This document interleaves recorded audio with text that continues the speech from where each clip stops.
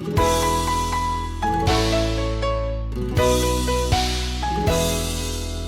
am so glad that our Father in heaven tells of His love in the book He has given. Wonderful things in the Bible I see. This is the dearest that Jesus loves me. I am so glad that Jesus loves me. Jesus loves me. Jesus loves me. I am so glad that Jesus loves me. Jesus loves me than me. Hey everyone, and welcome back to the channel. Have you ever heard a song that just sticks with you? A melody that feels like a warm hug? Today, we're diving into the story behind one such song, a beautiful hymn called I Am So Glad That Jesus Loves Me. And we'll experience this journey through the eyes of a curious young girl named Lily. Our story begins on a sunny Sunday morning. Lily was sitting in church, swinging her legs, not really paying attention. The sermon felt long, and she was more interested in the patterns the sunlight made on the stained glass windows. But then, the choir began to sing. The opening notes were simple, yet so joyful. The words, I am so glad that Jesus loves me, Jesus loves me, Jesus loves me, filled the entire church. Lily had heard this song many times before, but today it sounded different. It felt special. The melody was so bright and hopeful, and the lyrics were so simple yet profound. She found herself humming along, a smile spreading across her face. On the way home, Lily couldn't get the song out of her head. Mom, she asked, that song we sang today, Jesus loves me. Who wrote it? It's so happy. Her mom smiled. That's a wonderful question, sweetie. It's a hymn with a very touching story. It was written by a man named Philip Bliss a long, long time ago. Lily's eyes lit up. A story. She loved stories. Can you tell me? Please? She begged. Her mom nodded. Of course. How about after lunch? We can look it up together. Later that afternoon, Lily and her mom sat down with a laptop. Her mom typed Philip Bliss into the search bar, and pictures of a man with a kind face and a big mustache appeared on the screen. Here he is, her mom said. Philip Bliss was a famous singer and songwriter in the 1800s. He traveled all over the country with his friend, a preacher named Dwight L. Moody, sharing music and stories. Lily learned that Philip Bliss had a gift for writing songs that were easy for everyone to sing and understand. His hymns were like little sermons set to music, full of hope and comfort. Her mom continued the story. One day, Philip was listening to another preacher talk. This preacher mentioned how he often taught children to sing, Jesus loves me, this I know, for the Bible tells me so. He then said something that stuck with Philip. He said, if it's a good thing for children to sing Jesus loves me, then it must be a good thing for adults to sing it too. Lily nodded, understanding. It wasn't just a song for kids. The idea that Jesus' love is for everyone, no matter how old they are, resonated deep within Philip Bliss's heart. He thought about it all the way home. That very night, the words and melody started to form in Philip's mind. He wanted to write a song that expressed that simple, pure joy of being loved. He wasn't trying to write a complex piece of music or a deep theological treatise. He just wanted to capture the feeling he had in his heart. So, he sat down and wrote, I am so glad that Jesus loves me. Jesus loves me. Jesus loves me. He added more verses, each one a testament to this wonderful truth.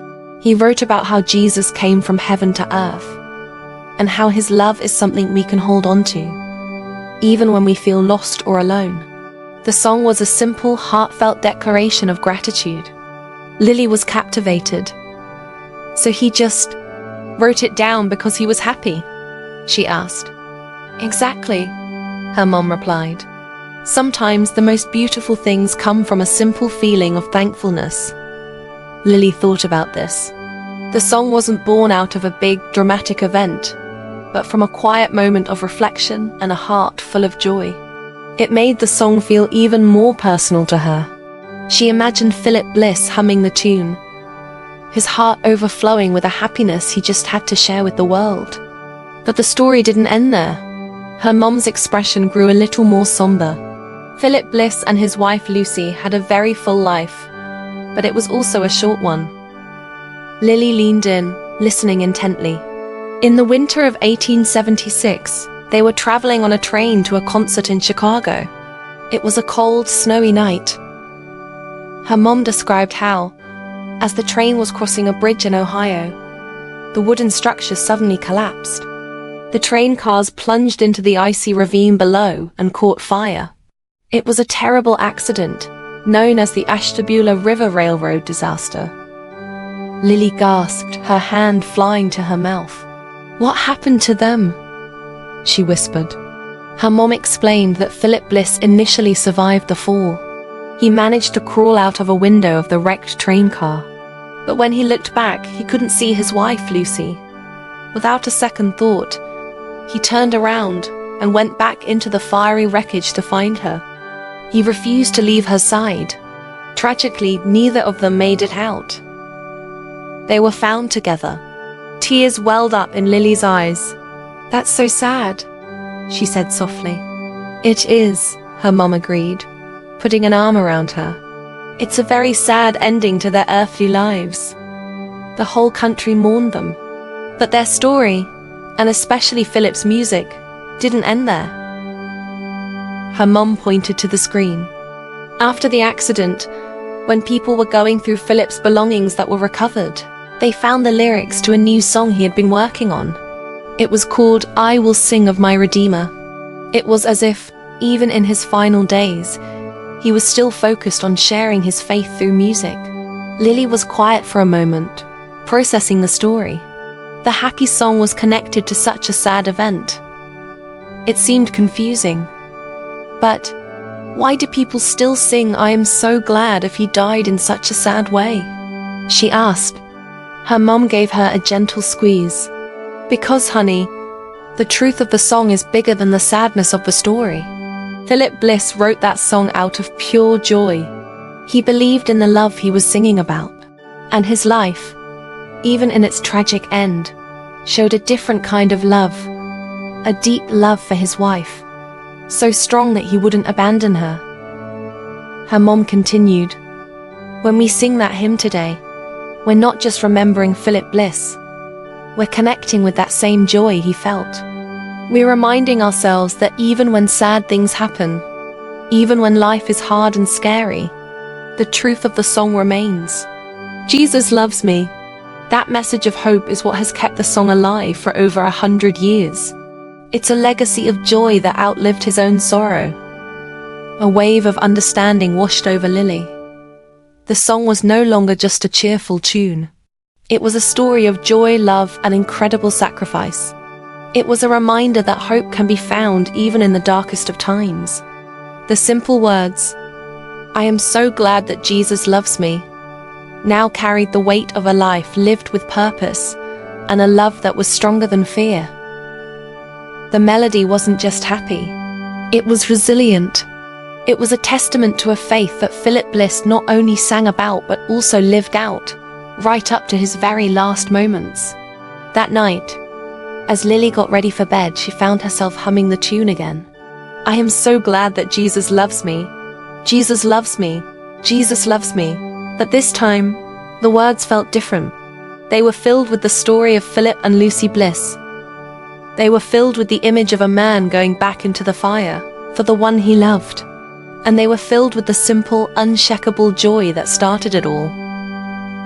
Lily closed her eyes, a peaceful smile on her face. She was so glad she had learned the story. And she was so glad that Jesus loves her.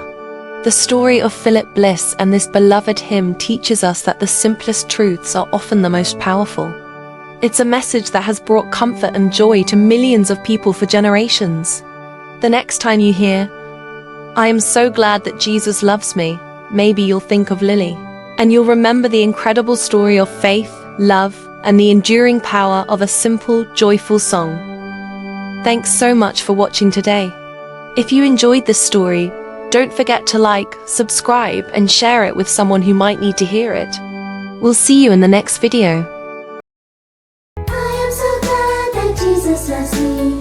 Jesus loves me. Jesus loves me. I am so glad that Jesus loves me. Jesus loves even me. Though I forget him and wander away, still he doth love me whenever I stray. Back to his dear loving arms I would flee when I remember that Jesus loves me. I am so glad that Jesus loves me. Jesus loves me. Jesus loves me. I am so glad that Jesus loves me. Jesus loves even me. Oh, if there's only one song I can sing, when in his beauty I see the great King, this shall my song in eternity be. Oh, what a wonder that Jesus loves me. I am so glad that Jesus loves me. Jesus loves me. Jesus loves me. I am so glad that Jesus loves me. Jesus loves me.